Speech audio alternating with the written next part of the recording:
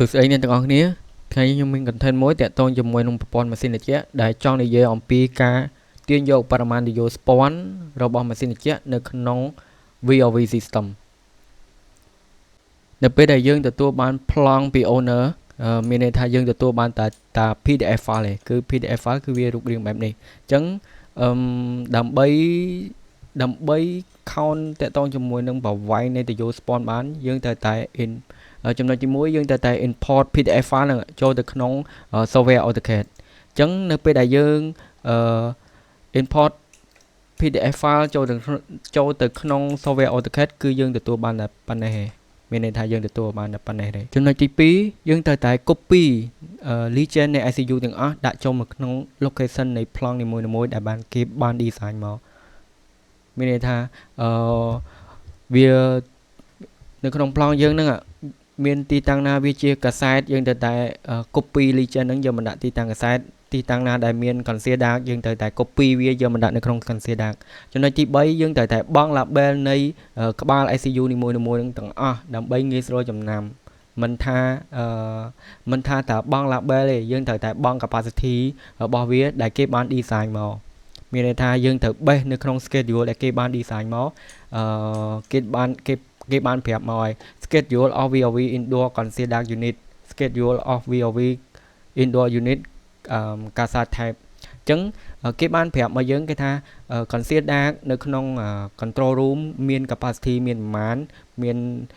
នៅក្នុង control room មាន capacity មានប្រមាណតកតទៅមួយនឹងកាសែតនៅក្នុង office នៅក្នុង open space អីហ្នឹងគេបាន list down នៅក្នុង schedule មួយនឹងអស់ហើយអញ្ចឹងយើងត្រូវតែ promote data ដែលគេបាន design មកនៅក្នុង schedule ហ្នឹងយកមកដាក់ចូលជាមួយនៅក្នុងប្លង់របស់យើងនៅពេលដែលយើងបានបង់ label នៅក្នុង drawing ដែល base ជាមួយនឹង schedule មានទាំងlabel មានទាំង capacity រួចហើយចំណុចបន្ទាប់យើងត្រូវតែ create layer មួយដែលកំណត់សម្គាល់ថាជាទយោស្ពាន់ដែលយើងត្រូវតែយកវាមកគូសនៅតាម drawing ដែលគេបាន design មកដើម្បីងាយស្រួលចំណាំមានន័យថាចេញពី vibrant មកដល់ ICU ទី1មានប្រវែងប្រមាណចេញទៅ ICU ទី2មានប្រវែងប្រមាណចេញទៅ ICU ទី3មានប្រវែងប្រមាណតែខណៈពេលនេះយើងអត់ទាន់ដឹងទេតើនៅក្នុងចេញពី ICU ទី1ទៅ ICU ទី2ហ្នឹងតើមានមុខកាត់ទយោស្ពាន់ប៉ុន្មានយើងអត់ទាន់ដឹងទេនៅពេលដែលយើងបានគូរ line ទយោស្ពាន់ចេញពី CDU មកតាម ICU ទាំងអស់នៅក្នុង drawing នេះហើយអស់ហើយចំណុចបន្ទាប់យើងត្រូវតែ create នៃ schematic មួយ schematic VOV មួយមានន័យថាយើងចេញពី CDU មកតាម vibrant នៅតាមICU មួយនេះអញ្ចឹងយើងត្រូវតែមានន័យថានៅពេលដែលយើង create នៅ schematic VOV នេះយើងត្រូវតែកំណត់ប្រវែងដែលចេញពី vibrant មួយទៅ ICU មួយចេញពី vibrant មួយទៅ ICU មួយគឺមានន័យថាយើងត្រូវតែ base នៅក្នុង drawing មានន័យថាបែបនេះអញ្ចឹងខ្ញុំចុច view 2 port មកដើម្បីងាយស្រួលនៅក្នុងការមើលនៅក្នុង schematic ហើយជាមួយនឹង drawing អញ្ចឹងខ្ញុំលើកឧទាហរណ៍ពីទី1មានន័យថាពី vibrant កន្លែងនេះមកដល់ ICU ទី2មានប្រវែងប៉ុន្មានម៉ែត្រ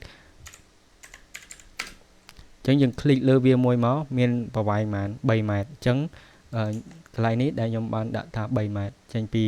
ICU ទី1មកដល់ចេញពី vibrant មកដល់ ICU នេះប្រវែង3ម៉ែត្រអញ្ចឹងយើងត្រូវតែកំណត់ប្រវែងជាក់លាក់មួយដែលយើងបេះទៅក្នុង drawing ហ្នឹង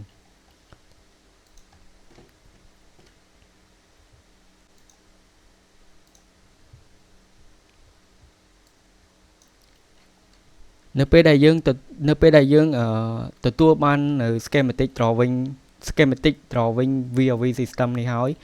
ចំណុចបន្ទាប់យើងត្រូវតែចូលទៅក្នុង software VOV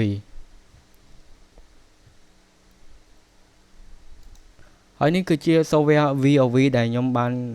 input parameter ដែលមានន័យថាខ្ញុំ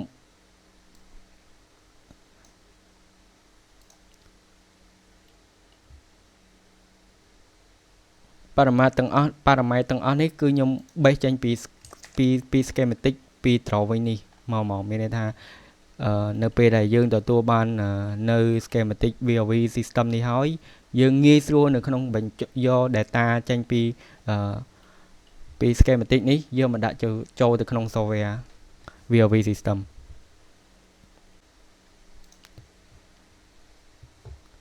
នៅពេលដែលយើងបានបញ្ចូល data នៅក្នុង software VOV ហើយចំណុចចុងក្រោយដែលយើងត្រូវតែធ្វើគឺយើងត្រូវតែ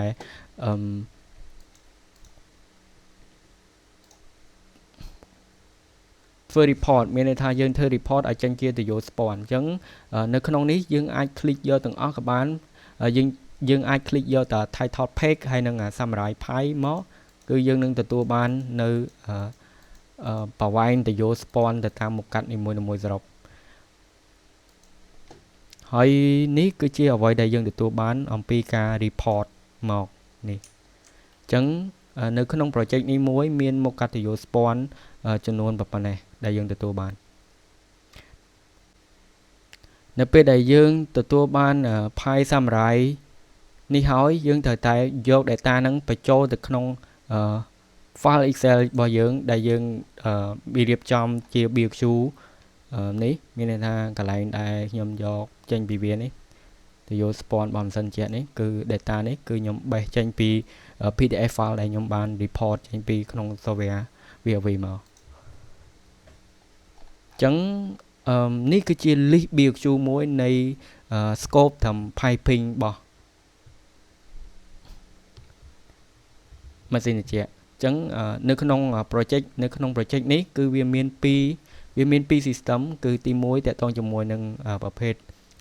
single plit ហើយនឹងទី2តកតងជាមួយនឹង VOV អញ្ចឹង single plit ខ្ញុំអត់មានអីត្រូវនិយាយទេចំណុចទី1គឺវា main equipment ហ្នឹងដែលយើងមាន ECU ជាប្រភេទ wall mount type communication ប្រភេទ CU accessory ហ្នឹងអានេះតកតងជាមួយនឹង Dio spawn អានេះ isolation របស់ Dio spawn អានេះ Dio drain អានេះ Dio drain ហើយអានេះ isolation របស់ Dio drain អញ្ចឹងតកតងជាមួយនឹង VOV system main equipment របស់យើងគឺមានតកតងជាមួយនឹង conceal dark មានតកតងជាមួយនឹងកាសែទៅតាមយើងមានន័យថាយើងបេះទៅតាម schedule ដែលគេបាន design មកមានចំនួន quality ប្រហែលគឺមានប៉ុណ្ណេះតកតងជាមួយនឹង communication cable គឺយើង count នៅក្នុង drawing មានខ្សែមាន PVC conduit មាន CDU support មាន fitting and accessory អញ្ចឹងទៅនេះតកតងជាមួយនឹង Dio spawn ដែលខ្ញុំបានបេះចេញពី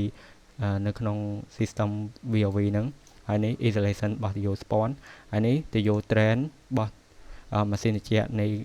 មួយហ្នឹងហើយនេះតកតងជាមួយនឹង isolation របស់ Dio drain ហ្នឹងខ្ញុំចង់បង្ហាញមួយតកតងជាមួយនឹងreport ដែលវាបានចេញពីនៅក្នុង software VOV ហ្នឹងនេះគឺជា